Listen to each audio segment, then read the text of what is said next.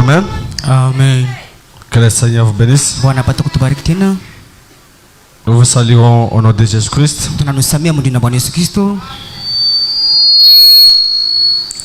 Nous remercions le pasteur Tunampikia pastora asante de nous avoir encore accordé la chance de vous parler ce matin ici. kutupatia tena kama vile mimbari ndio tupate na kusemezea asubuhi ya leo. Et aussi nous bénissons l'Éternel pour cette occasion. Ni tukunabaki tena wa milele ndio hii neema tena bahati. Que son nom soit loué à jamais. Kwa jina lake ipate kutuzia na milele. Ce que je vous demanderai, c'est juste votre attention. Tunatulomba ni kama vile masikio yetu. Vous savez, nous en tant que les humains, on n'a pas grand-chose à vous dire. Mnajua sisi vile tukubantu tuna bintu bikubwa na binadamu ya kupata kunambia. Mais ce que nous vous demanderons, Kwa kile kile tunalomba asubuhi ya leo. que Dieu nous aide seulement Mungu apate paka vile à vous kutusaidia. transmettre quelque chose qui vous aidera dans la vie chrétienne. Et surtout, vous savez, nous sommes en train de parler sur des choses très importantes. Où est partie ta force? Un chrétien, c'est quelqu'un que Dieu a doté de toute puissance. Mais hélas, des chrétiens ne savent pas utiliser la force que Dieu les a donnée.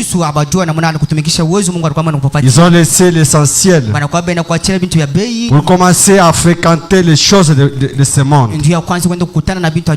Sans plus tarder, je vous prie de vous lever. Aujourd'hui, on va lire dans Ephésiens chapitre 5. Je vais commencer au verset 6 jusqu'au verset 10. La Bible dit que personne ne vous séduise par des vains discours. Car c'est à cause de ces choses que la colère de Dieu vient sur les fils de la rébellion. N'ayez donc aucune part avec eux. Autrefois vous étiez ténèbres. Et maintenant vous êtes lumière dans le Seigneur. Marchez comme des enfants de lumière. Car les fruits de la lumière, car les fruits de la lumière consistent en toutes sortes de bonté, de justice et de vérité. Verset 10, la Bible dit: examinez ce qui est agréable au Seigneur et ne prenez point part aux œuvres infructueuses des ténèbres, mais plutôt condamnez-les. Seigneur Jésus, notre Dieu, notre roi, nous avons lu comme tout autre homme qui peut lire. Seigneur Dieu bien-aimé, descends et interprète ta parole, Seigneur, dans les cœurs de tes enfants. Efface-moi dans la scène, Seigneur, que le Saint-Esprit descende et qu'il puisse parler. Au nom de Jésus-Christ. Amen. Amen. Que Dieu vous bénisse. Comme je viens de le dire ici, je suis en train de parler d'un thème que j'ai intitulé depuis le jeudi passé. Où est partie ta force? Et ceux qui étaient avec moi depuis le jeudi savent l'histoire qu'on est en train de parler ici. C'est l'histoire de Samson. Samson, de son vivant, il a été né pour un but. Samson était consacré à Dieu pendant qu'il était dans le ventre de sa mère. Dieu lui avait commissionné à Samson qu'il sera un vaillant héros. Mais hélas, pendant qu'il grandissait, Samson avait la force que Dieu mettait en lui. Samsoni alikuwa na uwezo na Mungu akaika ndani yake. Samson Samsoni était une personne que Dieu utilisait. alikuwa ni mtu ambao Mungu anatumikisha. C'était par sa force. Kupitia tena kwa uwezo wake. Mais quand il a commencé à faire de mauvaises fréquentations, Wakati anaanza kwenda kukutana na vitu vibaya, Dieu avait eu la décision de prendre la force qu'il avait. na Mungu akabeba msimamo wa kuchukua ina uwezo akaika ndani ya Samsoni. C'est pour vous dire quoi? Nijua kusema nini asubuhi ya leo. Pendant que tu marches avec Dieu, Ukingali unatembea pamoja na Mungu, pendant que tu marches dans la sainteté avec Dieu, wakati unatembea uhaki na Mungu, Dieu peut faire descendre sa puissance. Mungu ataweza kushuka uwezo wake, Dieu peut t'utiliser na Mungu ataweza kuitumikisha pour un œuvre. juu ya kazi fulani. Dieu peut t'envoyer dans une mission. Mungu ataweza kutuma kwa kazi fulani. Au moment où vous gardez sa parole, Wakati Mungu anachunga neno lake, Dieu peut t'utiliser Mungu naye ataweza kukutumikisha pendant que tu crains sa parole. wakati unaogopa neno lake. Mais une fois que tu commences à désobéir à la volonté de Wakati Dieu, unashinda kutii tena kwa mapenzi ya Mungu, sachez que Dieu retire son esprit en vous. kusema ke Mungu atatosha roho yake ndani yenu, Et vous serez comme tout autre homme. hautabaki kama vile mtu chochote. C'est comme ça Samson était devenu. Ndio kwa maana vile Samsoni akakuja na yeye. La Bible dit, Biblia inasema il était resté un jouet pour les Philistins. alikuwa mnakubakia kisezo ndio abantu bali Bafilisti. Il n'avait plus les yeux. Akushukua na macho. Un jour, Siku moja ces Philistins ont organisé une fête. bale bantu Bafilisti walikuwa benda kufuata na karamu. Ils ont appelé Samson Bakamwalika na yeye Samsoni pour venir les distraire. juu wapata kwa vile wapata kwa kumtanganya. La Bible dit, Biblia inasema pendant qu'il se tenait wakati alikuwa anashimama devant des poteaux, kama vile kumbela Biblia, il a commencé à se tenir na anaanza kama vile tena kukumbuka comme toi et moi ce matin. kama vile wewe na mimi asubuhi ya leo. J'aimerais la condition que tu as ce matin, Na mimi napenda kile namna ile kwa asubuhi ya leo. que tu réfléchisses un peu. Upate tena kuanzia kutenda kidogo. Pendant que tu gardais la communion avec Dieu, Wakati ulikuwa unachunga tena ushiriki na Mungu. regarde combien de victoires tu as vaincu. Na angalia ushindi ngapi ambao ilikuwa inakushinda. Regarde combien Dieu t'utilisait. Na angalia mara ngapi Mungu anastahili Mais kukutumikisha. une fois désobéi à la volonté de Dieu, Wakati anakutoka mapenzi ya Mungu. regarde comment tu es en train de vivre. Waangalia sasa namna katika cha kuishi. Tu es en train de vivre toujours dans les péchés. Katika cha kuishi kama vile mazambi. Tu ne savent pas comment te débarrasser de cela. Na utona namna gani kuachana na bintu bile. Mais ce matin, Sasa asubuhi ya leo. je ne veux pas que tu pries comme Samson avait prié. Mimi napenda uombe sasa vile Samsoni akaomba. Pour Samson, Ndio Samsoni. il avait prié que Dieu, Alikuwa anaomba kwamba ke Mungu. encore une fois, Seigneur, Kwa mara nyingine bati tena. aide-moi que je meure avec ces Philistins. Mais moi, ce matin, je te dis, Sasa mimi asubuhi alinakwambia. reviens seulement à Dieu. Wewe ujitu kwa Mungu. Demande seulement la miséricorde de Dieu. Omba tu buluma bwa Mungu tena. Dieu va vous pardonner. Mungu atatusamea. Et il est capable de remettre son esprit sur toi. Eko tena na uwezo wa kurudi tena. Et tu vas commencer à vivre encore comme tu le vivais autrefois. Tena kuishi kama vile vile unaanza kuishi. Et tu vas combattre et conquérir comme tu le faisais Na autrefois. utapika mfuta na kuiwina sawa vile ukaifuata na malengine. Amen. Amen.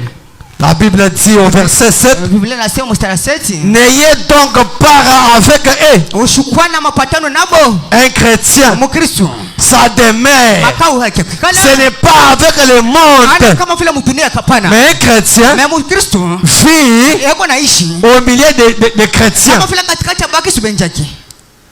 Mais hélas, de nos jours aussi, Mais hapo kwa hii mashuku tuko hapa. vous trouverez des chrétiens, Unakutanisha bakristo sasa. leurs amis, Marafiki yake c'est toujours les païens. ni papa vile bapakano. Ils vivent comme des païens. Beko naishi sana wapa pakano. Ils demandent même comment séduire ces païens-là à venir à Christ. Eko na shinda na mwana anakutongoza pakano mpate kwa kuamini neno. Mais ce matin ici, Sasa asubuhi ya leo. prends seulement la décision Beba tu shimamo.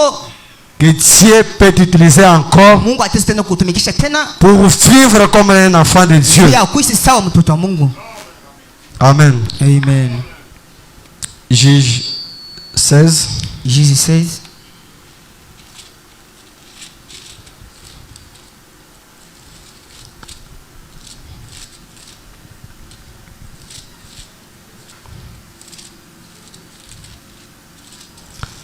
Juge 16. La Bible dit ceci. Biblia inasema tena hivi. Je suis au verset 19. Mstari ya 19. Pour gagner du temps, je lis même 20. Elle dit alors, Akasema tena hivi. Les Philistins sont sur toi. Bafilistini banaisha kufika kwako. Et Samson se réveilla de son sommeil. Samson akalamuka kwa busingishi wala kuya. Et dit, Na kusema tena, je m'en tirerai comme les autres fois. mimi nitatosha kama sama lingine. Et je me dégagerai. Na mimi nitakibishwamishwa. Et il ne savait pas que l'Éternel s'était retiré de lui. Na ashukutua kusema ke wamelala kwa mwana kuditoka ndani yake. Les Philistins le saisirent. Wala bafilistini bakamubeba.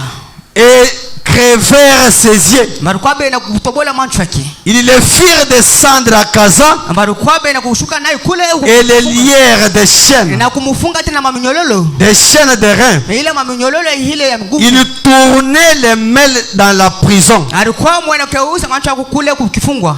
Cependant, les cheveux de sa tête Wakati pale nywele ya kichwa yake commençaient à croître ilikuwa katikati na kukomala. depuis qu'il avait été rasé. Wakati tangu bakamukata nywele.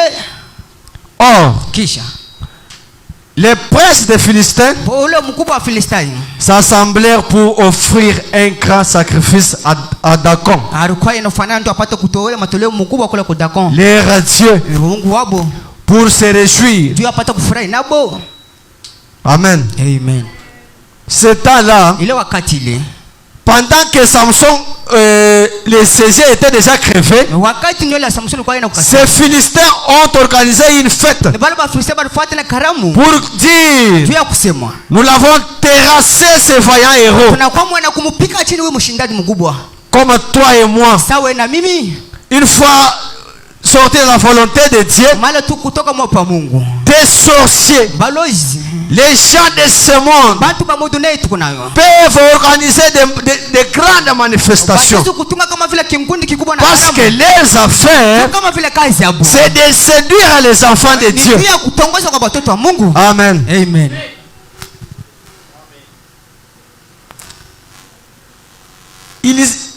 Il disait, Arazo usemo. notre Dieu a livré à nommer Samson, Mungu wetu anakuwa anatupatia Samson mwa mikono. notre ennemi. Adui wetu. Et quand le peuple le vit, Wakati ile bataifa ba David ils célébrèrent leur Dieu en disant, mbarendo na baku kuntukusa Mungu wao kusema. notre Dieu qui a renversé notre pays Mungu wetu anakuwa anakeuza nchi yetu. et qui multipliait nos morts Ule atakuwa anakufufula tena bafu. dans la joie de leur cœur. Katikati tena furaha mioyo yabo. Il disait Baraza kusema. qu'on appelle Samson Wapata kualika Samsoni. et qu'il nous distresse et qu'il nous divertisse. Wakapata kama na yeye kutufurahisha. Et ils firent sortir Samson de sa prison Walikuwa bana kumtoa Samsoni mkifungwa. et il joua devant eux. Walikuanza kucheza kumbele yake. Amen. Amen. C'est pour vous dire quoi ce matin? Nijua kusema ni asubuhi ya leo. Une fois sorti dans la volonté de Dieu, Wakati tu unatoka mwa tu Mungu, deviens l'emploi du diable. utakuwa kama vile kiwanja cha Le shetani. diable peut commencer à te maltraiter. Shetani hataweza kuanza kukutumikisha na mwanao Tu utatapenda. n'as même pas la vie de la prière que tu as fait. Hauna tena maisha maombi ambayo ilikuwa nayo. Tu deviens faible. Unaisha kuwa mdhaifu kabisa. Le diable a commencé à jouer de toi. Ona shetani anaanza kucheza sana wewe. Mais ce matin, Sasa asubuhi ya leo. prends conscience, mon frère, ma soeur. Ndugu yangu, dada yangu, Dieu ne t'a pas laissé. Mungu ashikwache kamwe. Il veut simplement que tu puisses prendre la décision Anapenda upate tu kuchukua mfano. afin que tu reviennes. Kisha upate kurudi tena. Tu pleures. Upate tena kuria. Tu invoques sa miséricorde. Upate kualika tena buluma bwake. Dieu va te remplir encore de la force. Mungu atakuwa kudesa tena na uwezo. Je suis dans la prédication. Au Seigneur, encore une fois. Pendant qu'on m'apporte un peu mon téléphone. Encore une fois, Seigneur, où le temps présent de l'église,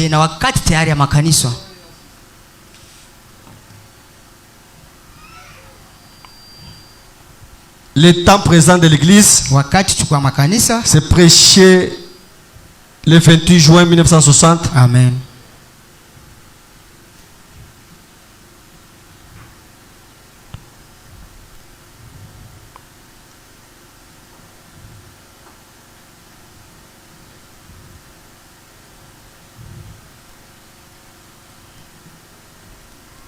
Prêché le 28 juin 1960. Amen.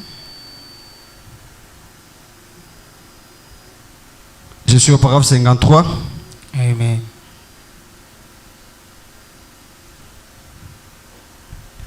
Le prophète dit ceci. Nabii anasema tena hivi.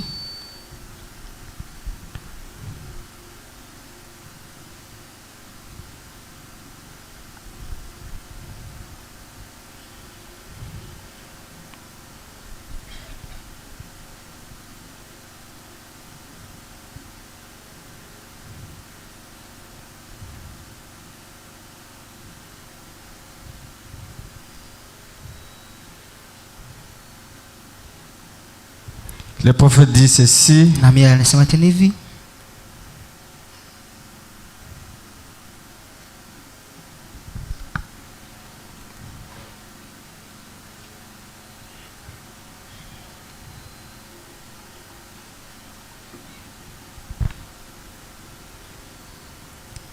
Je lis d'abord dans l'âge de Smyrne. Anasema tena mbele kizazi cha Laodice. Le prophète dit, la seule chose qui m'importe, Kakintu kila cha bei kile nikunacho. débarrasser de toutes ces petites divergences, Mwachana na tule tumagunju toto kidogo. des petits ismes, Kama vile tumakunju kundi. ces petits sentiments bizarres que vous avez à l'écart des frères, Tunekala kama vile mchangamuka ule mbaya ile mkuna mpembeni abantu. et des choses comme ça. Kwa bintu sawa bya vile tena. Débarrassez-vous-en. Mwachana na bile. Ne laissez aucune racine d'amertume entrer dans vos âmes. Na muchacha hata mujiji mwa buchungu ipata kuingia katika na mafusa yetu. Si vous le faites, Kama mnaitimiza, ça va vous ronger. ile itatua. Vous trouverez des frères Mutezi kuona bandugu. qui ne se parlent pas. Bala baongeleshana. Même s'ils peuvent faire semblant de se parler. Hata kama batizo fananisha sema nasumbua. Mais dans leur cœur, Sababu ndani ya mioyo yabo. plein de choses bizarres. Huko bintu vya mingi bila ya buchafu. Des racines d'amertume dans leur cœur. Kama vile uchungu la uzizi.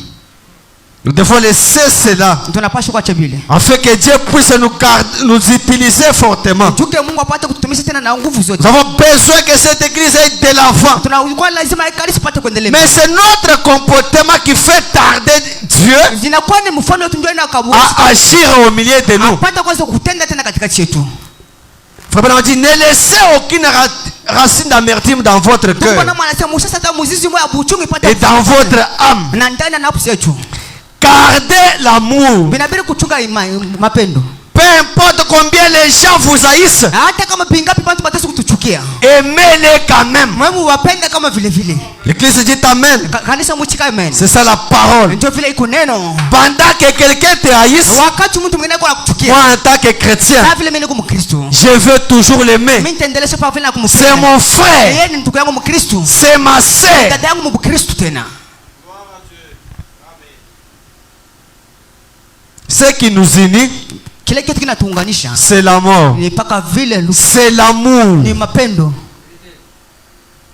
Même la Bible dit, c'est l'amour qui entrera. Kama vile Biblia inasema ni mapendo ndio ilitingia. L'amour, Mapendo. c'est ça même le Saint-Esprit. Ndio yenyewe tuko naita Roho Mtakatifu. Quand le Saint-Esprit est en toi, Wakati Roho Mtakatifu ndani yako, tu aimeras même ton ennemi. utapenda na adui wako. Frère Branham dit, Ndugu wangu anasema tena. peu importe combien les gens vous haïssent, Hata kama pingapi bantu batezi kutuchukia. aimez-les quand même. Wewe basi kama vile vile nakubapenda. Et si vous ne pouvez pas si vous ne pouvez pas faire ça, Kama muwezi kufanya hile, vous n'êtes pas scellés. hamuna bena kuchapiwa. Vous avez encore dû laisser aller. Mukingana na bintu biku na jende bebe yenyewe. Pendant que tu n'as pas l'amour en toi, Wakati ukingana huna mapendo ndani yako. pendant que cette amertume est en toi, Wakati ile uchungu buko ndani yako, sachez que tu as encore de laisser aller. ukijua kusema keno ukingana unajitembeza wewe Tu n'es mwenyewe. pas une chrétienne. Au ya kwa Mkristo. Tu n'es pas un chrétien. Au ya kwa Mkristo mwanamke. Ce que tu fais là, Ndio tuko nafanya bila. c'est juste montrer aux gens que tu es un chrétien. Unajua kuonesha kwa watu sababu kwa uko Mkristo. Mais vous ne l'êtes pas. Mais kweli kweli au ya kwa Mkristo.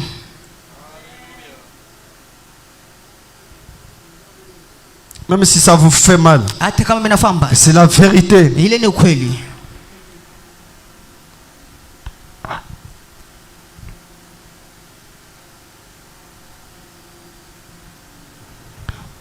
Frère Branham continue, il dit, et alors revenez na kisha turudieni et que cela soit scellé correctement par le sang de Jésus-Christ. ili ipate tena kuchapiwa ukweli kweli kupitia tena damu ya Bwana Yesu Kristo. Quand vous allez revenir à Dieu, Wakati mtarudia tena kwa Mungu, quand vous aurez de l'amour, wakati mtakuwa na mapendo, Dieu est obligé de vous sceller par son esprit. Mungu anakazisha kupata kutuchapa kupitia roho yake. Oh, je suis chrétien. Kusema ni kama Kristo. Je prie telle part dans ton cœur plein de choses. Les choses du monde sont en toi. Quelqu'un qui se dit frère, qui ne se parle pas avec d'autres frères pendant que l'autre frère n'est pas là, il parle contre ses frères.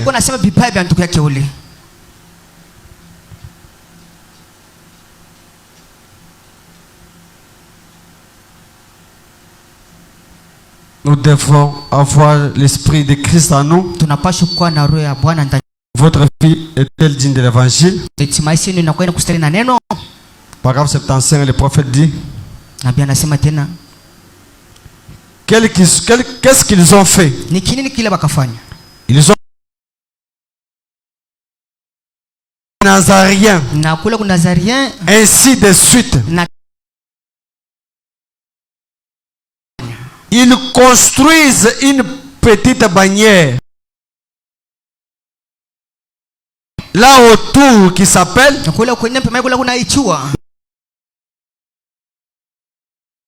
comme trinitaire. Et nous sommes des gens, c'est ce que les gens les font encore dans l'église aujourd'hui.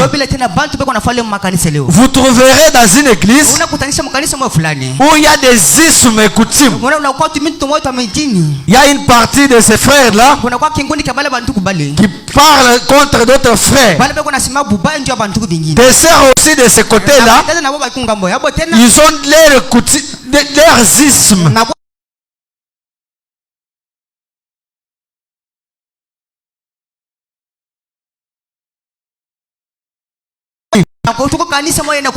Et tout ceci, qu'est-ce qu'il fait? Dieu est en train de sortir directement. Quand vous commencez à faire de ces histoires-là, Dieu quitte. Il sort. Il vous laisse faire vos histoires-là. Mais l'église est censée être conduite dans l'amour, dans l'unité. Au point 76, nous ne pouvons pas faire ça. Les prophètes condamnent cela. Nous devons suivre chaque jour, chaque heure de la journée, chaque pas du chemin. Nous devons être conduits par le Seigneur Jésus-Christ. Si nous ne le faisons pas, nous prendrons une vie liée à l'organisation.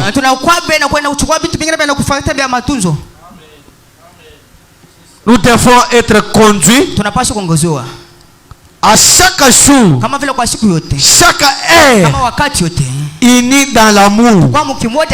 Et si nous ne le faisons pas, nous prendrons une vie liée à l'organisation. C'est-à-dire, nous allons organiser seulement quelque chose, mais qui ne sera pas avec Dieu là-dedans. Et une vie qui ne suit pas Christ n'est pas digne. Amen. Amen. Nous devons rester toujours autour de la parole de Dieu. Rester à la volonté de Dieu pour que Dieu nous donne encore sa force. Pour que Dieu puisse renouveler encore davantage sa force. Afin que nous puissions dire comme Samson: oh Seigneur, encore une fois Seigneur, renouvelle-moi la force.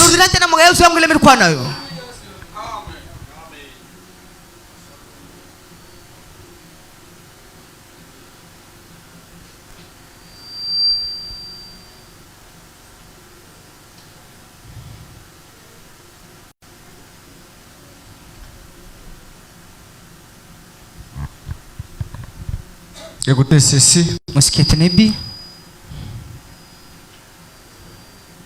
Les enfants de Dieu Batoto wa Mungu marchent dans la volonté de Dieu. banatembea kwa mapenzi ya Mungu. Et Dieu Na Mungu tena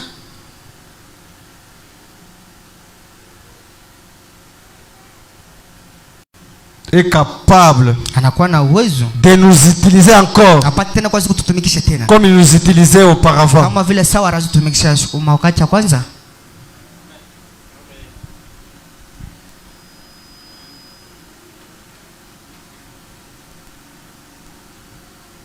Dieu mal compris. Mungu mwana kuelewa mbaya. Dieu mal compris. Mungu mwana kuelewa mbaya. Paragraphe 46. 46. Je vais lire jusqu'au 47. Amen. Le prophète dit ceci. Pia akasema tena hivi.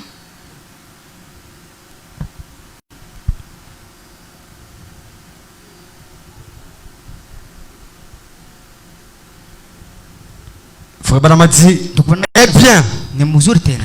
Mon frère ou ma sœur chrétien, zangu dada yangu mkristo, qui que vous soyez, ukwata nani, la plupart du temps, na kama vile wakati mingi quand on rencontre des gens qui ont un esprit d'entêtement, wakati ile tuko nakutana na bantu bale beko na mapepo mbaya, qui tu en couvre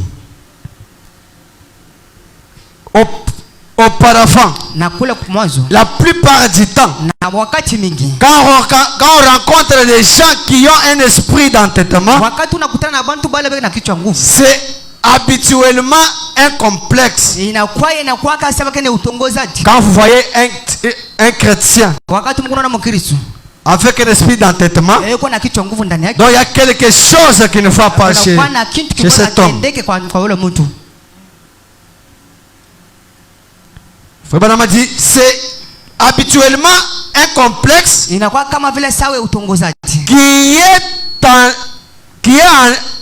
en est la cause.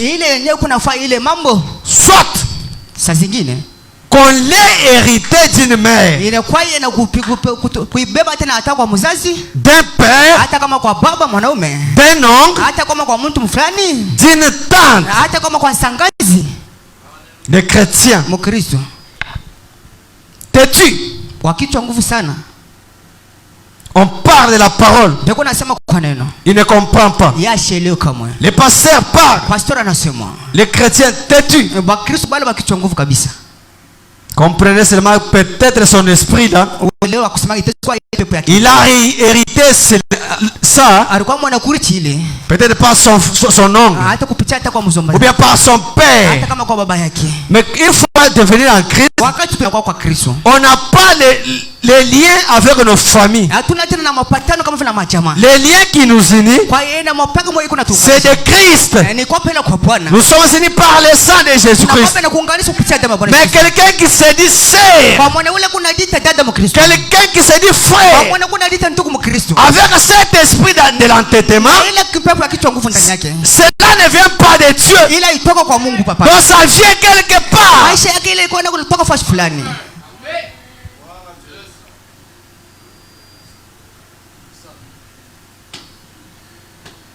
C'est le message que vous aimez tant. C'est ça. Parce que le Saint-Esprit ne peut pas venir descendre dans un cœur rempli des histoires.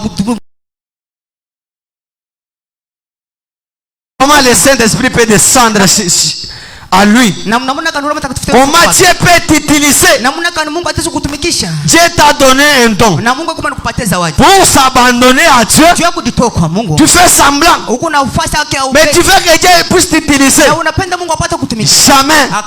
C'est pourquoi vous allez commencer à nous donner toujours des faux messages. C'est parce que vous ne voulez pas vous abandonner à Dieu. Dieu vous a donné un don. Mais pour s'abandonner à lui, vous ne voulez pas. Vous êtes têtu.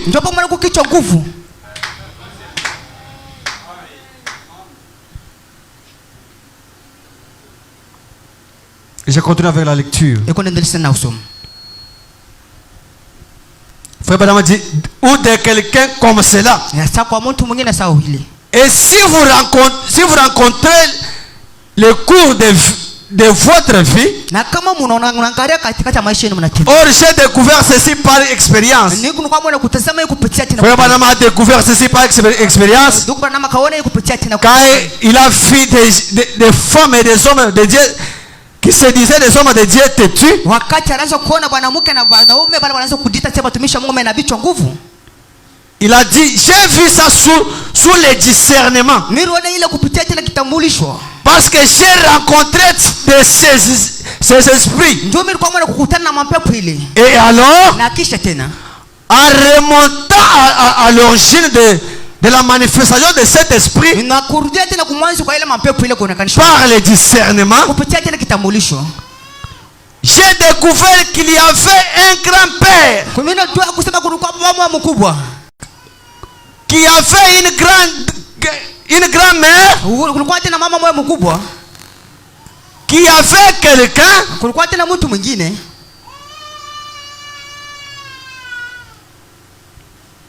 et vous recevez cela par héritier et par hérédité. Quand vous voyez quelqu'un avec cet esprit-là, donc il a hérité cela.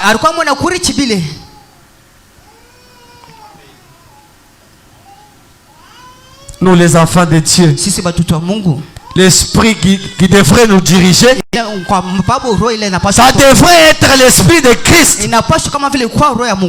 Mais hélas, les chrétiens d'aujourd'hui ne supportent pas l'évangile, ne supportent pas la parole de Dieu. Frère Branham continue au verset et au paragraphe 47, il dit, l'entêtement n'est pas de Dieu.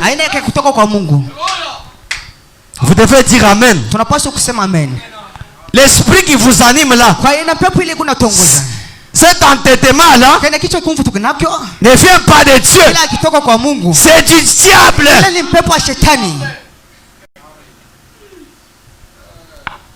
Vous trouverez une sœur têtue, et quand il vient ici, il nous chante des cantiques, on dirait c'est une ange du ciel, mais têtu. Vous trouverez un frère qui vient ici nous montrer la sainteté, mais en lui très têtu. L'esprit que vous anime là, dit n'est pas de Dieu. Mais quand quelque chose n'est pas de Dieu, comprenez que c'est du diable. Donc c'est le diable qui vous conduit.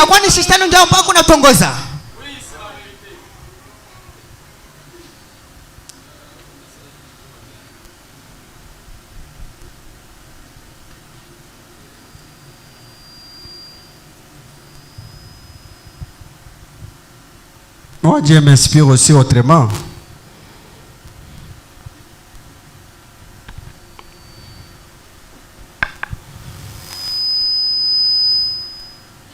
Frère Branham dit ceci.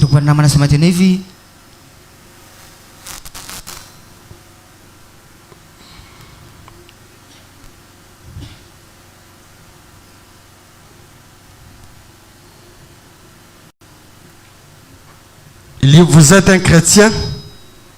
Il dit, vous êtes un chrétien.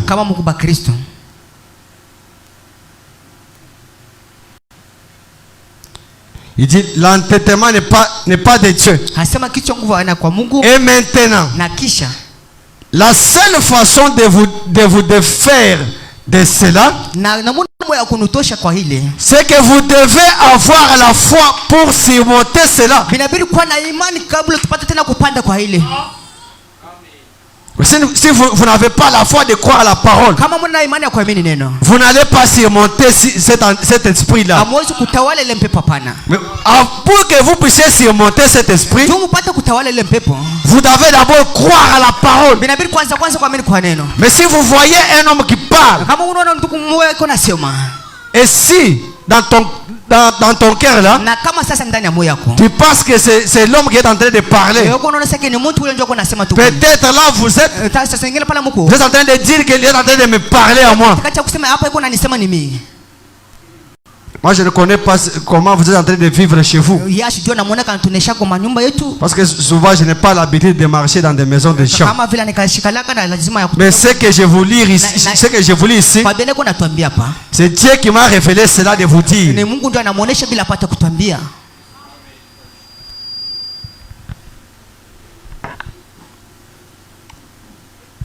Le frère Branham continue, il dit, la seule façon de vous défaire de cela, c'est que vous devez avoir la foi pour surmonter cela. Vous êtes un chrétien. Vous êtes un fils ou fille de Dieu. L'un ou l'autre. Vous ne serez jamais capable de vous tenir simplement là à les réprimander. Pas seul. Dieu est là en train de réprimander cet esprit là. Ça ne va pas vous quitter.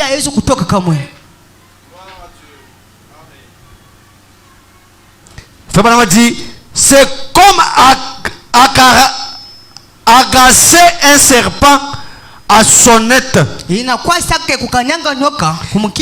se tient là, prêt à vous mordre. L'esprit là, de l'entêtement là, c'est le diable qui est en vous. Mais tu ne peux pas chasser le diable en les réprimandant. Si vous n'avez pas l'esprit de Dieu, c'est comme un serpent. Il va vous mordre.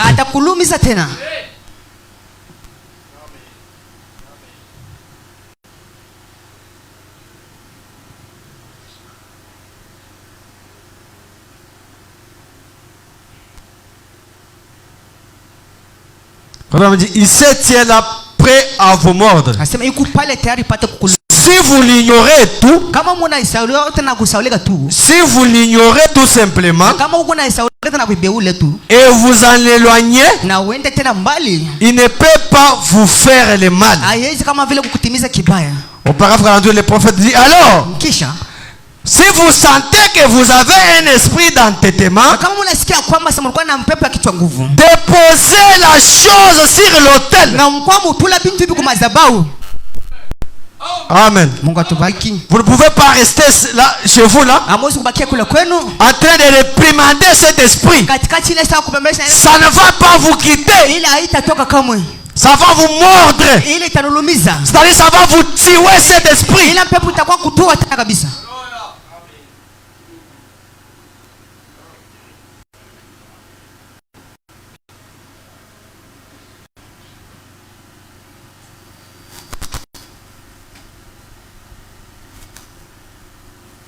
Déposez la chose sur l'autel et croyez Dieu que la chose est morte et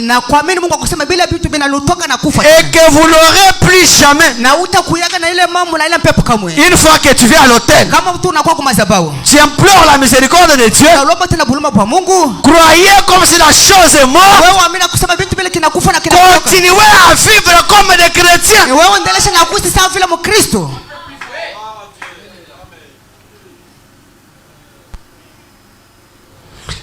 Puis aller de l'avant. Et ne faites même plus attention. Et la chose vous quittera.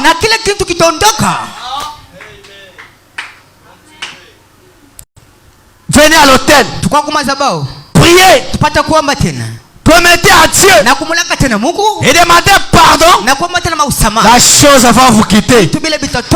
Et une fois que la chose vous quitte, commencez à vivre comme un chrétien, comme une chrétienne.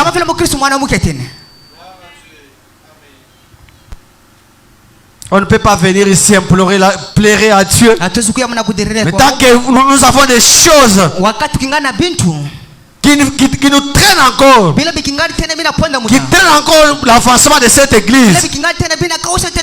Mais nous avons besoin du Saint-Esprit, le véritable Saint-Esprit. Il va venir quand nous serons unis, saints. takatifu.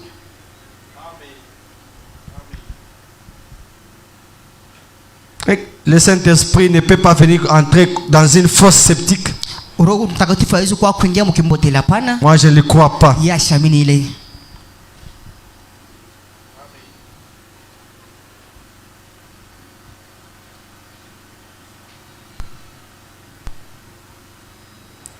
Résistez au diable Binabidi kushimpana kwa shetani, et il fuira loin de vous. na shetani ataanza mbio mbele yetu.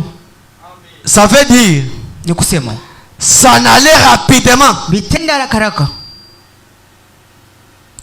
Quand la Bible dit résistez au diable et il fuira loin de vous, Wakati Biblia nasema tukishimpa kwa shetani atakimbia mbali na sisi. cela ne veut pas dire vous allez résister comme ça, le diable est ici. Wewe ana kusema keno utesi. Toi tu es là en train de dire comme j'ai le Saint-Esprit, Wewe kupale vile unasema il ne fera rien. ila ashitafa kintu. Mais madame dit c'est s'en aller rapidement. Ile ndio unasema sasa vitenda haraka. Quand vous voyez que le péché est ici, Wakati unaona sema nzambi kwa. toi allez directement fuir. Wewe uende kama vile vile ukimbia. S'en aller. Pale vitenda. Et alors ça sera mon conseil sur la façon de triompher de cela. Itakuwa na ule wangu ya shauri ndio kupata na kuwina ile. Le conseil que je peux vous aussi vous donner ce matin. Na shauri nitapaswa tena kupatia asubuhi ya leo. Quand vous voyez le péché près de toi, Wakati tunaona mpepo s'en aller. ile itenda.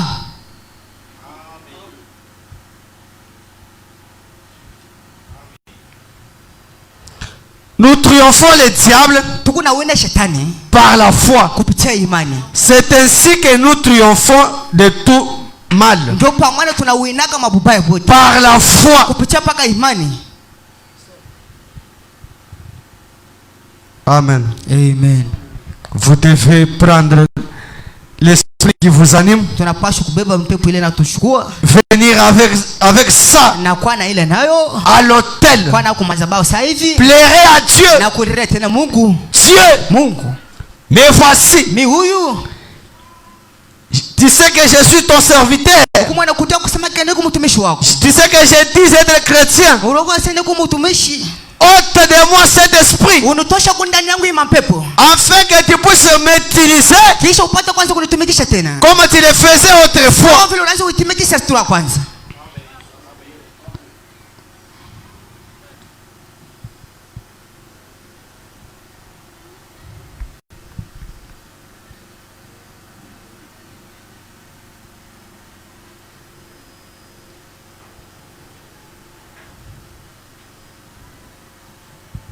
Le sermon que j'avais dit auparavant là, au Seigneur encore une fois.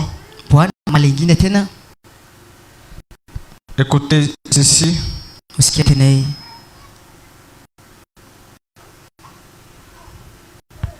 Dit ceci. Aujourd'hui, je vais toucher des points par-ci par-là pour réanimer juste votre esprit, à comprendre que Dieu nous a envoyé, il nous a confié une mission. Quelle est cette mission? C'est d'amener le monde à croire à ce message. Mais si nous que Dieu a donné la mission, nous sommes en train de marcher sans conscience, nous serons jugés pour cela. Nous devons prendre la décision de savoir comment servir l'Éternel. Les pasteurs nous prêchent chaque jour aussi. Comment servir le Seigneur? Comment servir le Seigneur? Mais cela, c'est comme si verser de l'eau, c'est un canard. Écoutez ce que le prophète dit. C'est prêché le 28 juin 63. Amen. Paragraphe 53. Amen. Le prophète dit quel spectacle déshonorant. Quel spectacle déshonorant. Comme nous pouvons nous représenter une telle chose arrivée. À savoir un Dieu poisson. Un Dieu poisson d'une nation païenne. Célébrer la victoire sur les serviteurs de Jéhovah. C'est déshonorant. ile ni chini adabu Des fois, ya kona un Dieu païen kama vile Mungu mwa kipakano en train katikati de célébrer la victoire katikati ya kunyanyua tena ushindi sur les serviteurs kumbele ya watumishi pendant que vous êtes là, wakati mama pale watumishi les serviteurs de Dieu. huko pale watumishi wa Mungu. Mais voilà que le diable est en train de célébrer la victoire sur vous. Shetani katikati ya kuweka ushindi katikati yetu. Pourquoi pas? Ndio nini hivi? Parce que vous négligez la chose noble. Vous négligez la parole de Dieu. Le diable est en train de se glorifier sur toi parce que tu as laissé l'essentiel. Tu prendras la foi de Christ. C'est tellement miséricordieux. Le diable à qui Dieu nous a donné la possibilité de les convaincre. Aujourd'hui, il a l'emprise sur nous. Nous manquons même la force de prier. Le diable nous a liés. Pendant que tu es là, lui est en train de jubiler. Parce qu'il vous a déjà eu.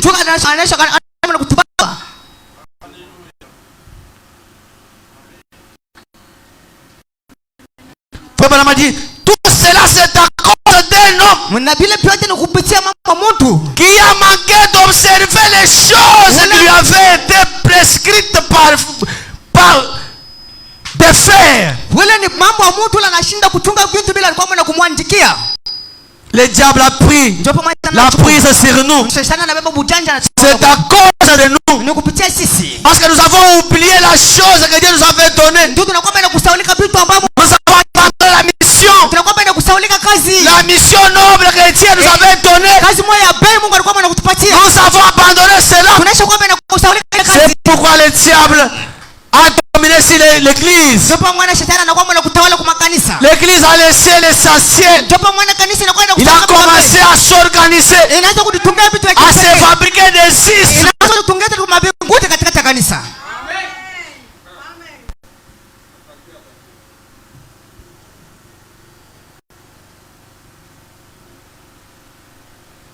Et voilà qu'un païen, ivre, brayé, des femmes pareilles de et au visage maquillé, une cérémonie moderne de Hollywood. Et on aimerait un serviteur de l'Éternel lié avec des chaînes pour le principal événement. Samson, après avoir failli à sa mission, les yeux crevés, il avait pris la force, la puissance de Dieu l'avait déjà quitté. Il était resté comme tout homme sans Christ. Il était lié. On l'emmena là-bas pour venir distraire les Philistins. Ces Philistins qu'il avait sous son emprise.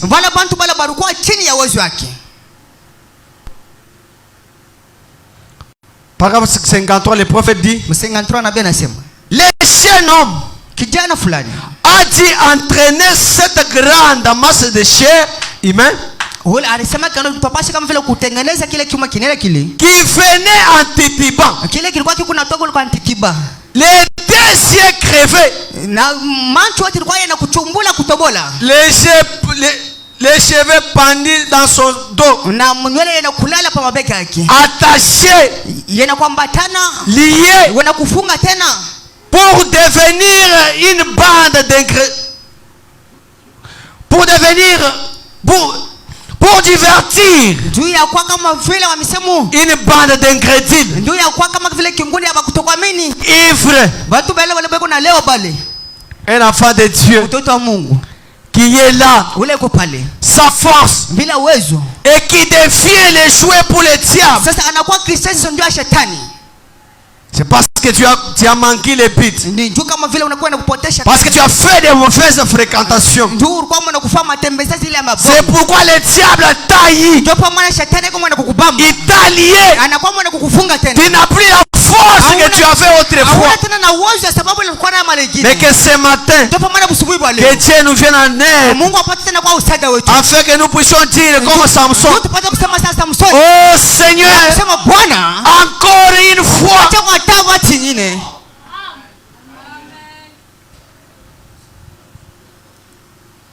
Frère Banama dit on pense 5 à 5. Ndugu Banama anasema tena katika 5. Il dit je pense à une église à laquelle Dieu a donné de faire quelque chose pour Dieu. Na mimi kuanzia kwa kanisa fulani ile Mungu alitoa kufanya kazi fulani juu. Je vous ai toujours dit. Mimi kwa mwana kunaambia kusema. Quand nous sommes ici, wakati tuko hapa, Dieu nous a confié une mission. Mungu alikuwa mwana kutupatia kazi fulani. Notre mission kazi yetu sisi n'est pas aller travailler à Komilou. Ana yukwenda kutumika mkikundi kila Komilou hapana.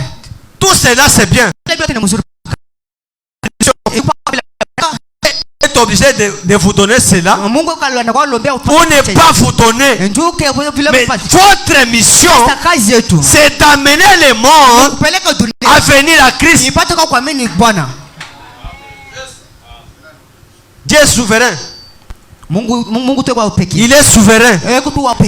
Je me souviens, le prophète dit quelque part, il dit vous pouvez laisser des maisons à vos enfants. Il dit c'est très bien. Vous pouvez les laisser des voitures, c'est très bien. Mais quelque chose de très important que je vais laisser à mes enfants, c'est cette parole.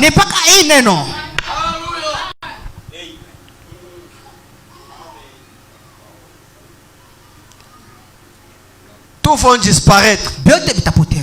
C'est dit dans la Bible. La terre ici et les ciels que nous voyons vont disparaître. Mais jamais la parole de Dieu. Quand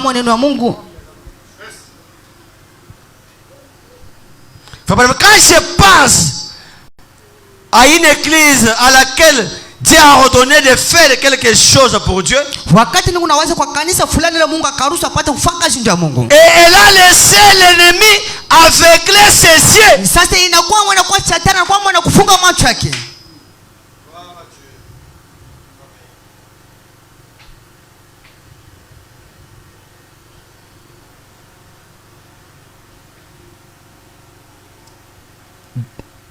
L'église à laquelle Dieu a ordonné de faire quelque chose,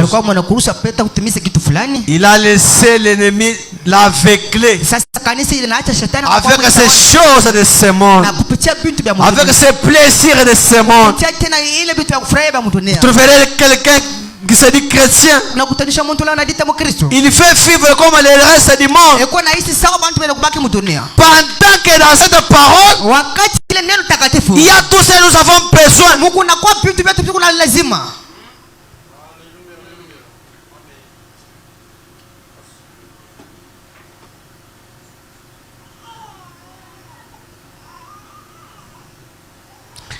Elle a laissé l'ennemi aveugler ses yeux à la parole de Dieu. Vivant au commandement de Dieu et à la tâche que Dieu lui avait ordonné de faire. Le mort, l'église a laissé l'ennemi l'aveugler aux choses de Dieu, à ce que Dieu lui avait ordonné de faire, juste pour devenir un divertissement dans un lieu caché. Les chrétiens qui partent dans les boîtes de nuit, ils dansent là-bas, ils font n'importe quoi. Mais quand ils entrent ici, très froid.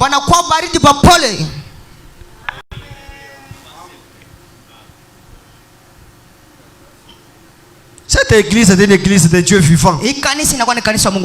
Qu'on devrait entrer avec des choix. Parce que nous connaissons celui qui est en nous. Car celui qui est en nous est plus fort que celui qui est dans le monde. Mais si celui qui est en moi est plus que celui qui est dans le monde, qu'est-ce qui est dans le monde qui peut m'attirer à là-bas?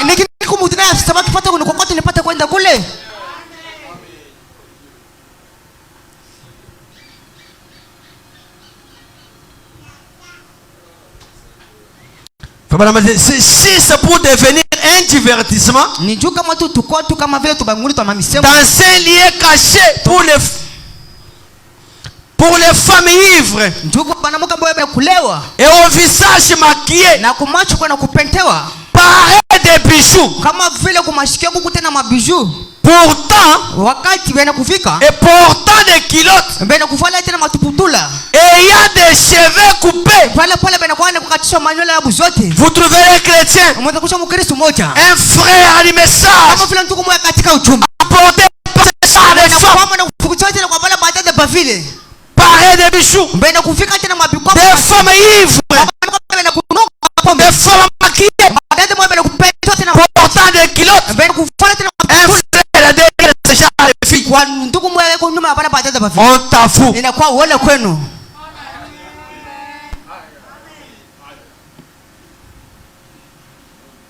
Vous manquez les buts pourquoi tu as quitté ce monde pour venir dans ce message. Et je vais vous rassurer. Si ce message vous rate, c'est fini pour toi.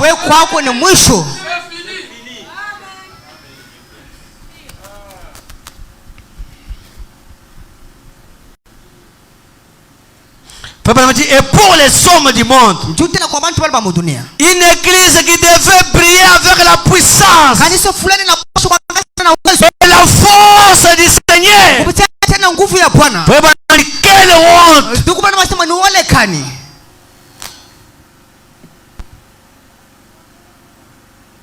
Vous avez laissé l'essentiel. La mission pour qui Christ est mort à la croix.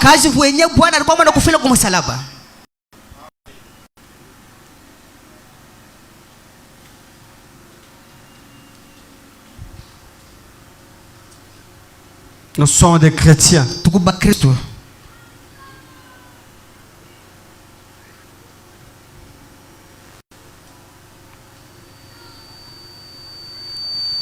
Toujours dans le même sermon, paragraphe 73. Frère Branham dit, maintenant, descendons vers Samson. Et qu'est-ce qui, croyez-vous, traversait son esprit au sujet des nombreuses victoires qu'il avait remportées? De nombreuses grandes choses qu'il avait faites. Car l'esprit de Dieu, car l'esprit de Christ, l'esprit du Seigneur était sur lui. Il était conscient qu'il possédait de chaque muscle. Mais c'est l'esprit du Christ qui lui manquait.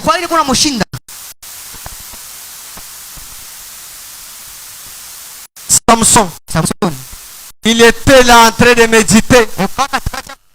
Il se regarde. Il se regarde. Il se voit en forme.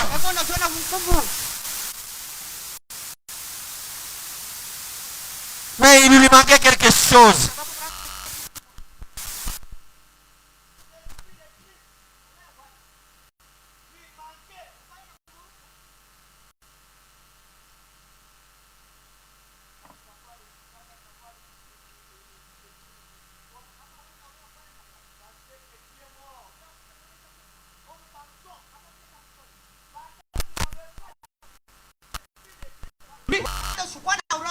Pour lui, c'était déjà fini.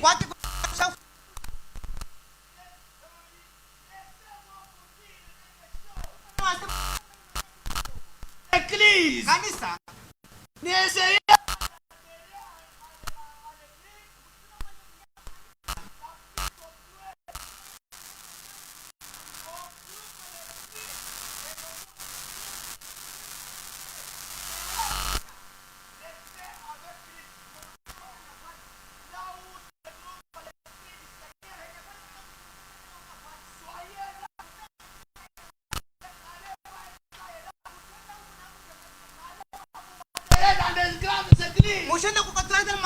Mais restez là où règne l'esprit de Christ.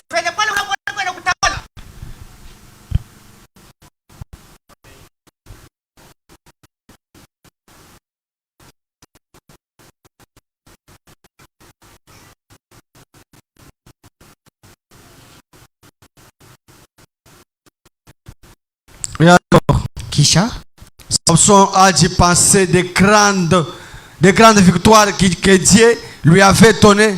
Samson akawazia kwa ushinda ile Mungu kama anakupatia. Et au temps où ses yeux étaient ouverts, Wakati tena anakumbuka wakati macho yake kulikuwa kunaona.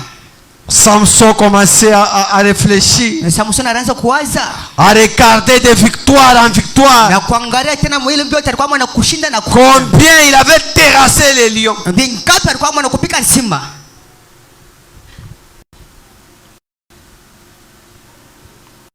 Et qu'il pouvait voir les promesses de Dieu. Na alikuwa mpasho kuona maana kwa Mungu.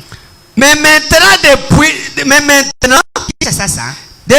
qu'il avait pris dans cette chose, ses yeux étaient crevés. Wakati akaingia tu mobile bintu bya vile. Ndipo maana macho yake Pendant qu'il était en train de penser de victoire en victoire que Dieu lui avait fait passer. Wakati anaanza kuwazia kwa maushindi na utukufu Mungu akampitishia mo. Malgré tout cela, ses yeux étaient déjà crevés. Comme tu es là maintenant ce matin, en train de regarder combien tu marchais avec, combien de fois tu marchais avec Dieu, combien Dieu faisait des miracles avec toi, mais tu es là sans force. L'esprit de Dieu n'est plus en toi. Tu es resté vide.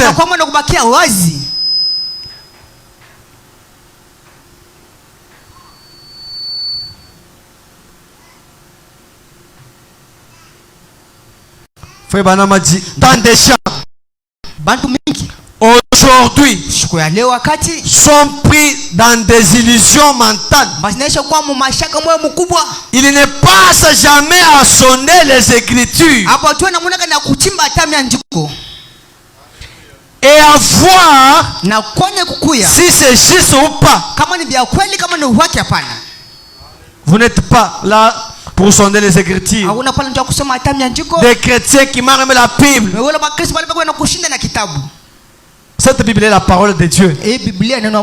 Comment tu peux manquer cela? Auparavant, on voyait des sœurs avec des Bibles. Mais ici au Théophanie, des Bibles c'est pour les hommes. Mais du temps de Moïse, c'est sa mère qui prêchait Moïse les choses de Dieu. C'est sa mère qui racontait l'histoire d'Israël à Moïse. Ce n'était pas son papa. Moïse a bien grandi parce qu'il avait été instruit par sa maman.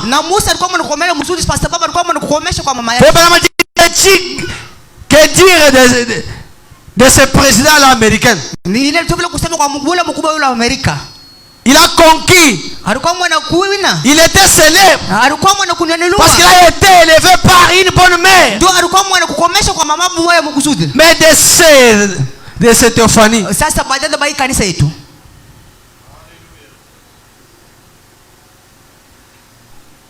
vous devez sonder les Écritures. Parce que c'est la parole de Dieu qui vous aidera à terrasser l'ennemi.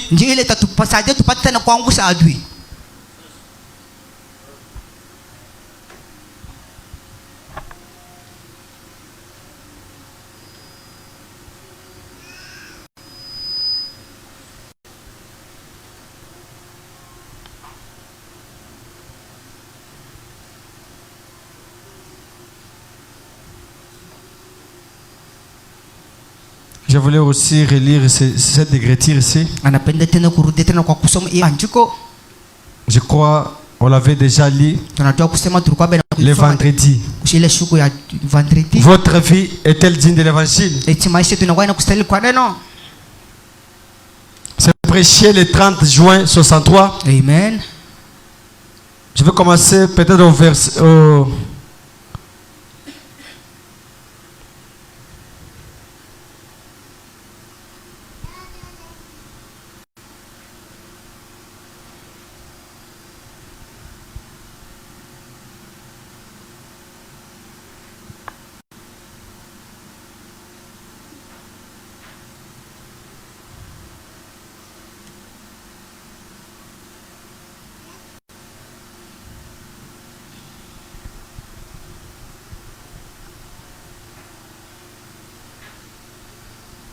Je vais lire seulement le paragraphe 80 là.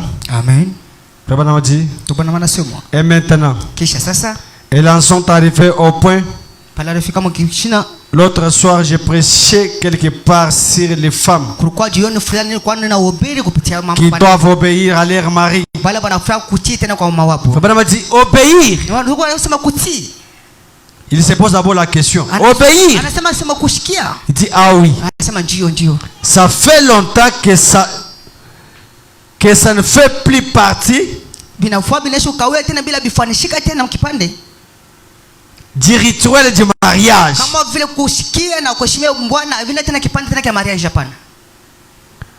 Frère Banama dit, j'étais en train de prêcher, j'ai prêché quelque part sur les femmes qui doivent obéir à leur mari. Il s'est posé lui-même la question, obéir. Il dit, cela ne se fait plus aujourd'hui dans du parti du rituel du mariage.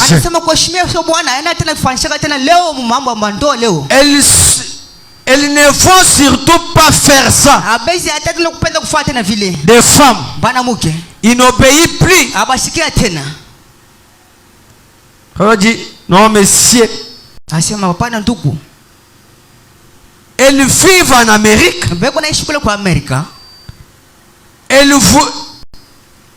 Elles vous le feront savoir. Elles ne sont pas disposées à obéir.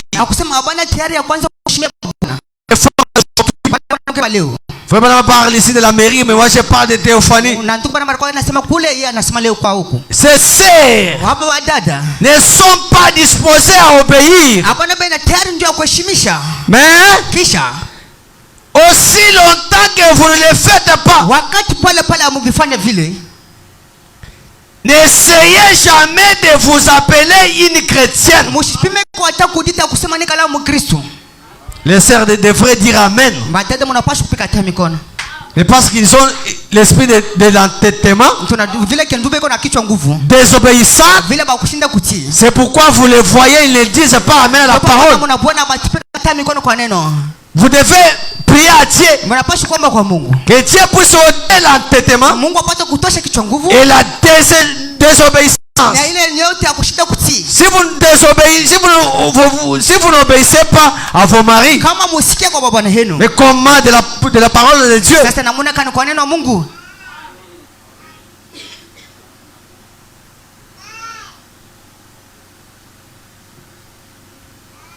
Parce que c'est l'homme qui domine sur vous.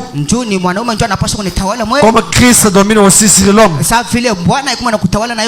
Mais quand vous n'obéissez pas à vos maris, sachez que c'est à Jésus-Christ que vous n'obéissez pas. Frère Banama dit, n'essayez jamais de vous appeler une chrétienne. Vous faites la honte du christianisme.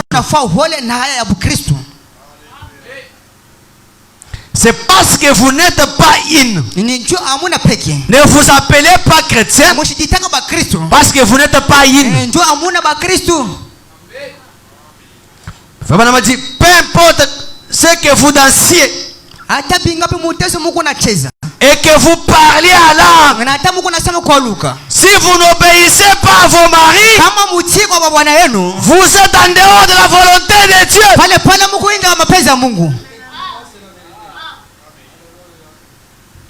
Vous ne pouvez pas venir ici nous montrer ta sainteté. Mais chez toi, désobéissant, tu as un témoin qui t'anime. Ce qui te fait, ce n'est pas l'esprit de Dieu. Ta place est à l'autel.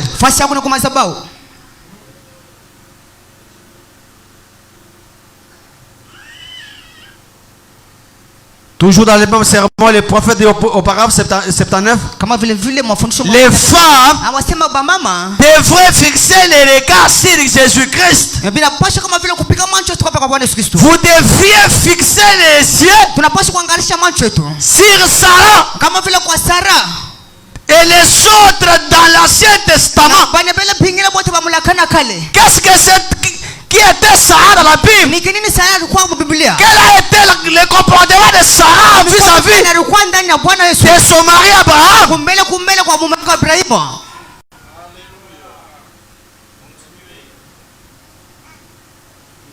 Sarah craignait Abraham. Au point s'il attendait Abraham lui appeler, il pouvait répondre oui mon Seigneur avec politesse. Mais ce n'est pas ce que nous voyons au milieu de nous par nos sœurs.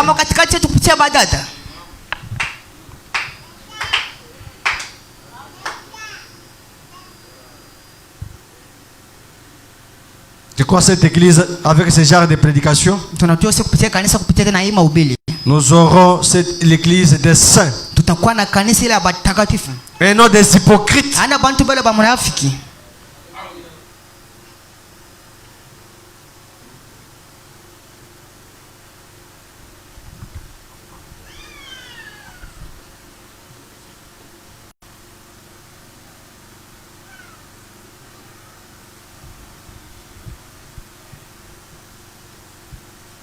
Des saintetés fabriquées. Nous devons avoir les secrets à nous conduire.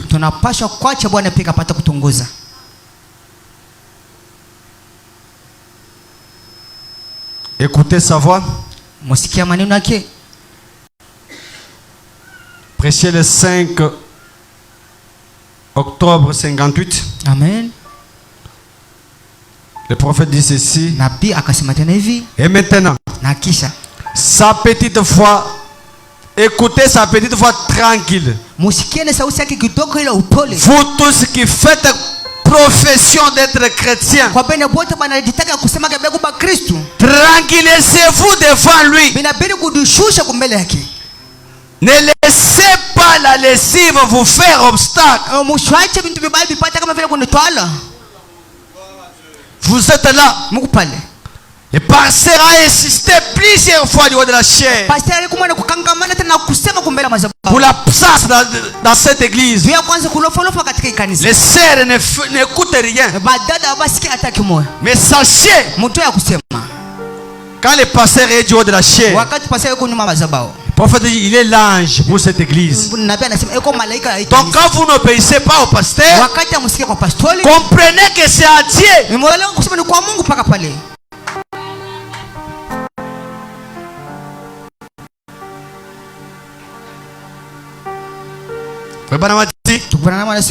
Ne laissez pas la lessive vous faire obstacle. C'est pourquoi tu n'es pas venu à l'église. Oh parce que toi tu ne devrais pas donner des raisons. La seule raison que tu peux donner, c'est de venir écouter la parole. C'est la parole qui peut te transformer. C'est la parole qui peut te changer. Mais quand tu es chez toi à la maison, qu'est-ce qui peut te changer? Si Christ ne peut te changer, mais Christ peut te changer à travers la parole.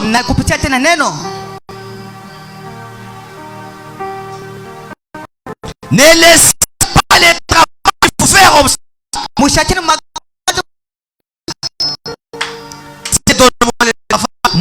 C'est donne-moi le travail. Mungu anipatie kazi. Dieu te donne un travail. Mungu anakupatia kazi. Ça vient l'obstacle pour toi. Inakuwa mashaka njoo yako. Tu ne viens plus à l'église. Au kuyaga tena kanisa. Frère, tu étais où le jeudi? Ile siku ya 4. J'étais au travail. Mimi kwa dans le travail t'empêche de faire des choses de Dieu. Sasa inakushindisha kwanza kufuata vitu vya Mungu. Frère Banama dit, il dit ne laissez pas le travail vous faire obstacle. C'est impératif. Ce verbe ici est à l'impératif. Donc il exige. Ne laissez rien vous faire obstacle. Ne dites à personne ce que vous faites. Approchez-vous simplement de lui. Pour venir à l'église, il faut commencer à te supplier, à t'exhorter. Comme si quand tu seras au ciel, tu partiras avec celui qui t'exhorte là. Peut-être moi je peux prêcher aujourd'hui et aller en enfer, toi tu es sauvé. C'est pour ton bien.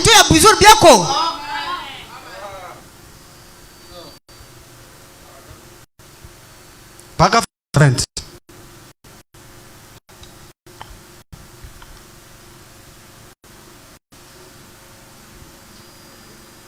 Allez quelque part dans les bois, arrangez-vous au bord de la route, entrez dans les secrets de votre champ et fermez la porte pendant que les enfants sont à l'école. Agenouillez-vous là. Vous avez entendu des voix de toutes sortes partout. Mais agenouillez-vous. Agenouillez-vous simplement et restez là jusqu'à ce que ces voix se soient tues. Quand vous entrez dans la prière, priez au point vous n'allez pas comprendre ce que les gens parlent. Vous allez vous retrouver dans la présence de Dieu.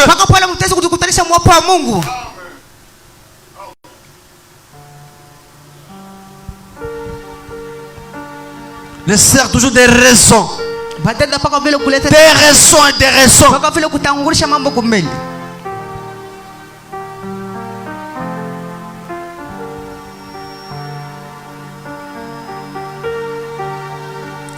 Et que vous commenciez à vous lever.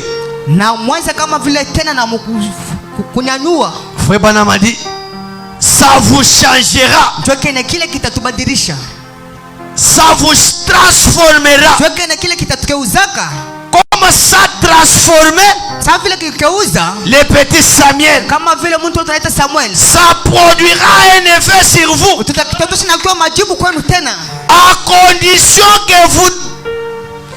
À condition que vous les fassiez. Pour que Dieu exauce ta prière. Pour que Dieu te change. Tu dois s'abandonner à lui. Et non pas laisser. Et non pas montrer le travail en première position. Ne nous donnez pas de raisons. Non, on n'a pas affaire à ça. Toi, tu as affaire avec Dieu.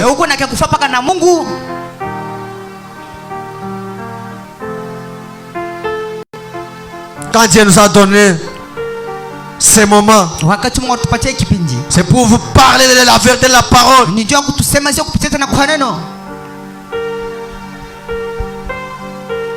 À condition que vous les fassiez, alors ça fera de vous ce que vous devriez être.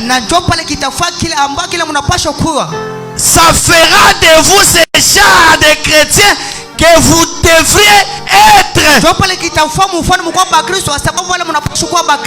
Amen. Amen. Je termine par ceci. J'ai jeté d'autres choses.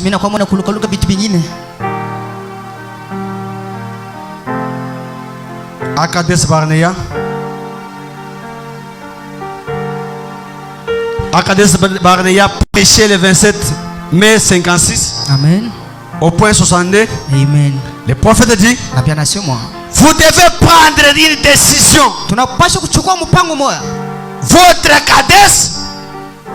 Votre Kadesh, vous les voyez tirer bien longtemps. Pourquoi? Clochez-vous des deux côtés. Pourquoi l'église n'est-elle pas en fait? Pourquoi cet endroit n'est-il pas bondé? Pourquoi des grands miracles et des grands prodiges ne sont pas accomplis? N'imputez pas la faute au pasteur. C'est vous les coupables.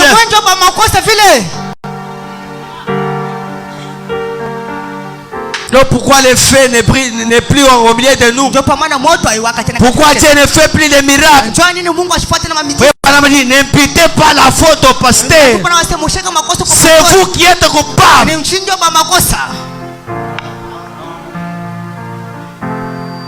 Frère Branham continue dit, on a une multitude de gens de toute espèce. L'un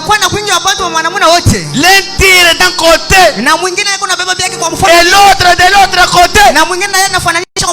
Frère Branham dit, vous devez en arriver à un point de décision ce matin. Et si le pasteur démettez-le,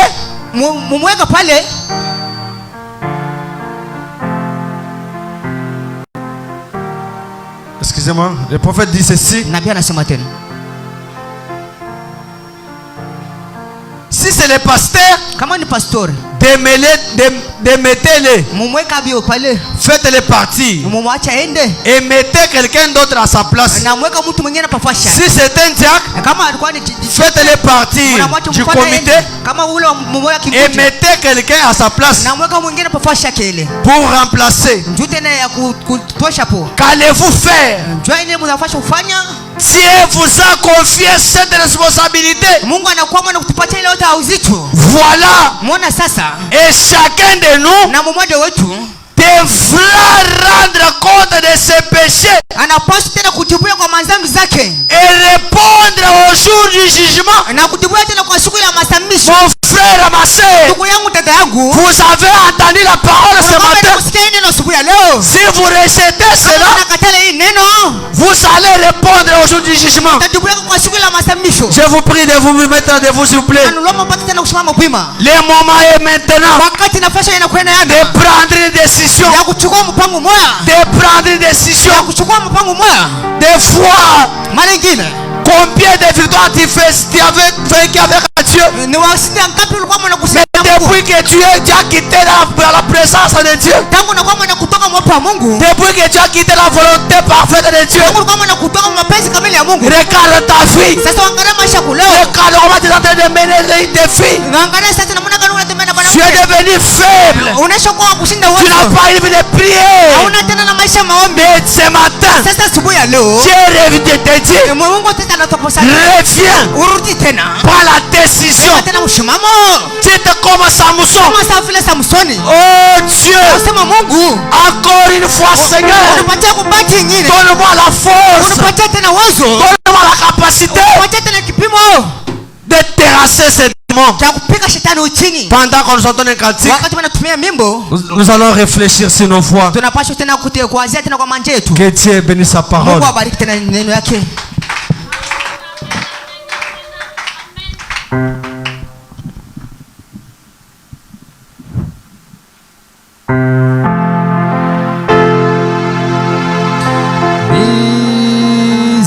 Miséricorde sondable,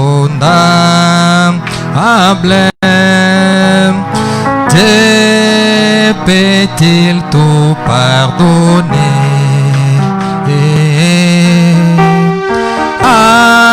Absurde, si grand coupable,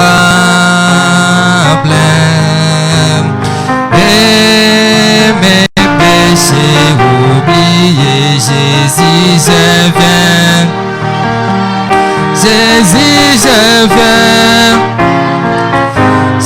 viens à toi tel que je suis, tel que je suis.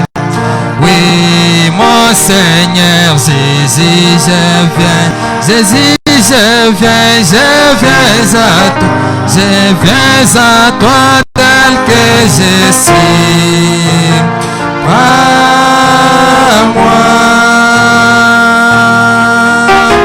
Longtemps j'ai loin de sa femme, assez provoqué son secours.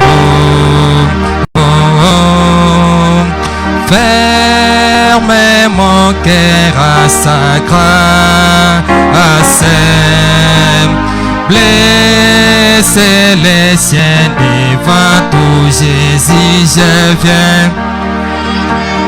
Jésus, je viens à toi, je viens à toi tel que je suis, tel que je suis, je viens à... Oui, mon Seigneur Jésus, je viens, Jésus, je viens à toi, je viens à toi tel que je suis. Prends-moi. Nous allons élever nos voix à Dieu. Parler à Dieu. Vraiment nous a dit, si vous avez l'esprit d'entêtement, ta place à l'autel. Priez ce matin, Seigneur. Aide-moi. Aide-moi à surmonter ceci. Aide-moi, oh Dieu. Que je terrasse ces démons qui me fait que tourmenter, qui m'empêche de te servir. Prie à Dieu, mon frère et ma soeur. Ne fais pas semblant. Toi, tu connais ta fille. Tu connais comment Dieu t'a donné de mener une fille avec Christ. Tu connais comment Dieu te conduisait. Mais que depuis que tu as relâché, regarde combien de fêtes tu as dans la vie. Parlez à Dieu ce matin. Il y a plus de dos ou terre. Mon fardeau m'est enlevé. Et tout péché qui m'obsède est à jamais délivré. Jésus, je viens. Jésus, je viens à toi tel que je suis, je viens. Oui, mon Seigneur Jésus, je viens. Jésus, je viens à toi, je viens à toi tel que je suis. Jésus, je viens, Jésus, je viens